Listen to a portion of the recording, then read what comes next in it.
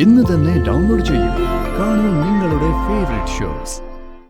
നിങ്ങൾ ഇനി ഒരു സഹായം അന്വേഷിച്ച് എവിടെയും ബുദ്ധിമുട്ടണ്ട. നിങ്ങൾക്ക് വേണ്ട സഹായം ഞാനാ. കാര്യങ്ങൾ നമുക്ക് വിശദമായിട്ട് സംസാരിക്കാം. നിങ്ങളിപ്പോ എവിടെയാ ഉള്ളത്? ഞാൻ അങ്ങോട്ട് വരാം. പിന്നെ എന്താ ഒരു വഴി? സച്ചേട്ടൻ അങ്ങനെ അടുപ്പമുള്ള സുഹൃത്തുക്കളൊന്നുമില്ലേ? കുട്ടിക്കാലം തൊട്ടേ നന്ദേട്ടനും സന്ദീപൊക്കെ കൂടെ ഉള്ളതുകൊണ്ട് എന്തിനും ഏതിനും അവരായിരുന്നു എനിക്ക് തോന്നുക. പുറത്തുള്ള അധിക സുഹൃത്തുക്കളൊന്നും എനിക്കുണ്ടായിരുന്നില്ല. എന്റെ എന്ത് കാര്യത്തിനും അവർ രണ്ടുപേരും എന്റെ കൂടെ നിൽക്കും. ജീവിതത്തിൽ നമുക്ക് ഏറ്റവും കൂടുതൽ വേണ്ടത് ഏത് പ്രതിസന്ധിയിലും നമ്മളോടൊപ്പം ചേർന്ന് നിൽക്കുന്ന ഏറ്റവും നല്ല സുഹൃത്തുക്കളാണ്. മരണം മുന്നേ കണ്ടാൽ പോലും നമ്മളെ കൈവിട്ട് കളയാത്ത ചില സുഹൃത്തുക്കളുണ്ട്. ജീവിതത്തിലെ ഏറ്റവും വലിയ സമ്പാദ്യം പലപ്പോഴും അവരെന്നെയാണ്. സ്വന്തം രക്തം പോലും ചിലപ്പോൾ ചതിക്കും. എന്നാ ഹൃദയം കൊണ്ട് അടുത്ത സുഹൃത്തുക്കൾ ഒരിക്കലും ചതിക്കില്ല. ആപത്തിന്റെ നടുവിൽ രക്ഷപ്പെടാൻ ഒരു വഴിയില്ലാതെ നിൽക്കുമ്പോൾ ജീവൻ പോലും തന്ന് അവർ നമ്മളെ രക്ഷിക്കും. പക്ഷേ ആരങ്ങനൊരാള്?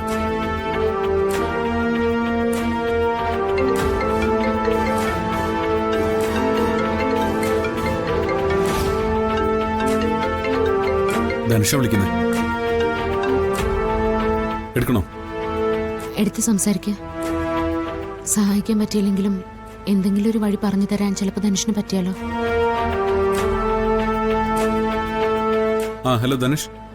അഡ്വക്കേറ്റ് കൃഷ്ണഭദ്രൻ സാറിനെ പോയി കണ്ടിട്ട് എന്തു പറഞ്ഞു? എന്തായി കാര്യങ്ങള്? ഒന്നും ആയില്ല. ജഡ്ജിയുടെ വീട്ടിൽ ഹാജരാക്കി ജാമ്യം എടുക്കാന്നാ വക്കീല് പറയുന്നത്.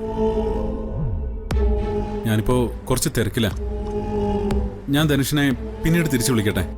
കട്ടിയില്ല സച്ചേട്ടാ, കാര്യങ്ങൾ ഡീറ്റെയിൽ ആയിട്ട് പറയേ. വക്കീൽ എന്താ പറഞ്ഞത്? അതൊക്കെ പിന്നീട് പറയാം. അനുപേട്ടന്റെ കാര്യത്തിൽ ചില തീരുമാനങ്ങളായിട്ടുണ്ട്. അതിനുവേണ്ടി ഒരു പ്ലാൻ ആലോചിച്ചുകൊണ്ടിരിക്കുക ഞാനും അർച്ചനും കൂടി. അതിനൊരു തീരുമാനമാക്കിയിട്ട് ഞാൻ വിളിക്കാം. സച്ചേട്ടൻ എന്തോ മറിക്കുന്നുണ്ടല്ലോ.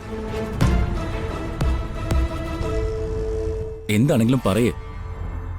എന്ത് സഹായത്തിനും ഞാൻ ഒപ്പമുണ്ട്. അത് ധനുഷേ.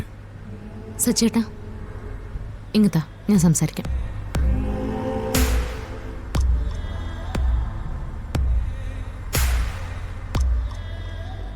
ധനുഷേ, ഞങ്ങളൊരു വലിയ പ്രശ്നത്തിലാ. അനൂപേടിനെ രക്ഷിക്കാൻ ഞങ്ങൾക്കൊരു സഹായിയെ വേണം. അതിനെക്കുറിച്ചുള്ള അന്വേഷണത്തിലാ ഞങ്ങള്. ധനുഷിനെ ബുദ്ധിമുട്ടിക്കുന്നത് ശരിയല്ലാത്തോണ്ടാ ഞങ്ങൾ ധനുഷിനെ വിളിക്കാത്ത. എന്നെക്കുറിച്ച് നിങ്ങൾ അങ്ങനെയാണോ വിചാരിച്ചിരിക്കുന്നത്? ഇന്നത്തെ ധനുഷിന് ഈ ജീവിതം തന്നത് നിങ്ങളാ. സ്വന്തം ജീവൻ പോലും പണയം വെച്ച് അർച്ചന സ്നേഹയെ സംരക്ഷിച്ചതും ചേർത്തു പിടിച്ചതുമെല്ലാം ഞങ്ങൾ അന്യരായിട്ടാണോ?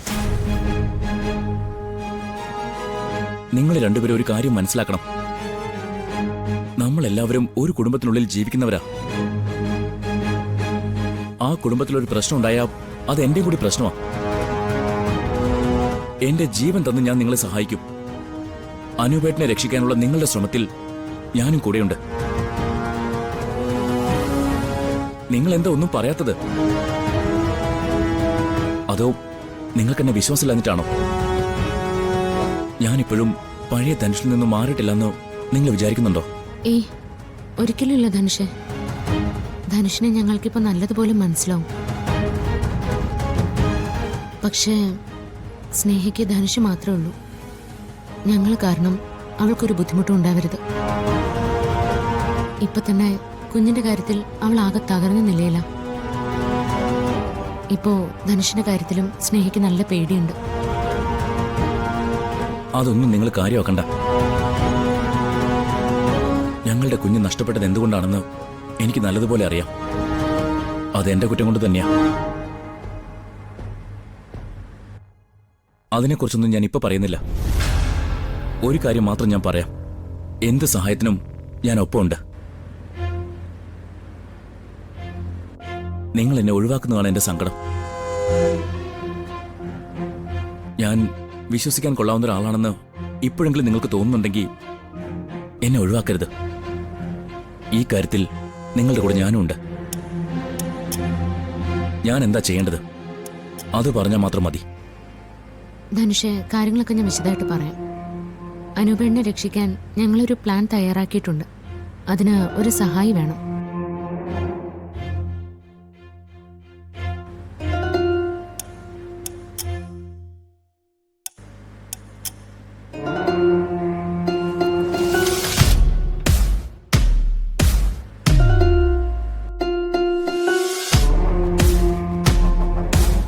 നിങ്ങൾ ഇനിയൊരു സഹായി അന്വേഷിച്ച് എവിടെയും ബുദ്ധിമുട്ടണ്ട. നിങ്ങൾക്ക് വേണ്ട സഹായം ഞാനാ. കാര്യങ്ങൾ നമുക്ക് വിശദമായിട്ട് സംസാരിക്കാം. നിങ്ങളിപ്പോ എവിടെയാ ഉള്ളത്? ഞാൻ അങ്ങോട്ട് വരാം. കാര്യങ്ങള് നമുക്കൊരു തീരുമാനമാക്കാം. എനിക്കിപ്പോ തന്നെ ലൊക്കേഷൻ ഷെയർ ചെയ്തേക്ക്. ഞാനിപ്പോ അങ്ങെത്താം.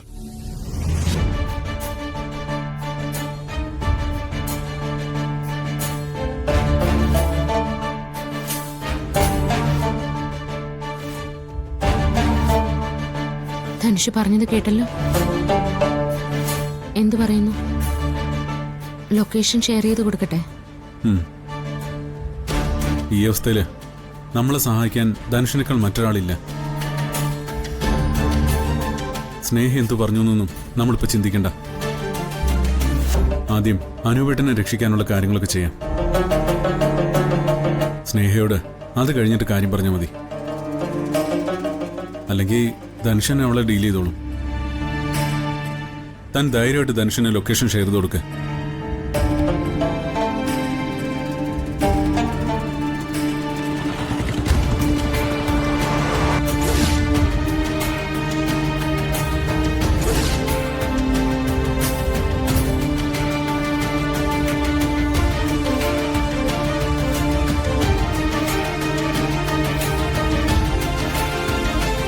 താനിങ്ങനെ ടെൻഷൻ അടിക്കണ്ട. എന്തായാലും ധനുഷ് വരട്ടെ. പേടിയാ സച്ചേട്ടാ. എവിടെയെങ്കിലും ഒന്ന് പാളിപ്പോയാ എന്റെ അനൂപേണ്ണ ജീവൻ നഷ്ടാവും.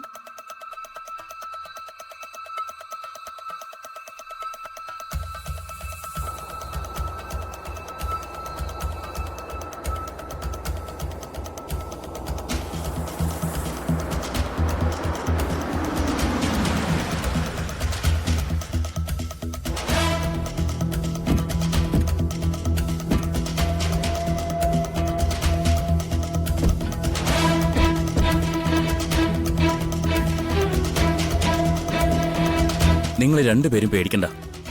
എന്ത് റിസ്ക് എടുത്തിട്ടായാലും അനൂപേട്ടനെ നമ്മൾ രക്ഷിച്ചിരിക്കും. ഞാൻ എന്താ ചെയ്യേണ്ടത് അത് മാത്രം പറഞ്ഞാൽ മതി. തല പോയാലും ഞാനത് ചെയ്തിരിക്കും. എന്താ അർച്ചനടുത്ത പ്ലാൻ? അങ്ങനെ വലിയ പ്ലാനൊന്നുമില്ല. ആ ഗുണ്ടകളുടെ കയ്യിൽ നിന്നും അനൂപേണ്ണ ജീവൻ രക്ഷിക്കണം. അതിന് കുറച്ചുനാൾ ഇവിടുന്ന് അനൂപേണ്ണെ മാറ്റി നിർത്തണം.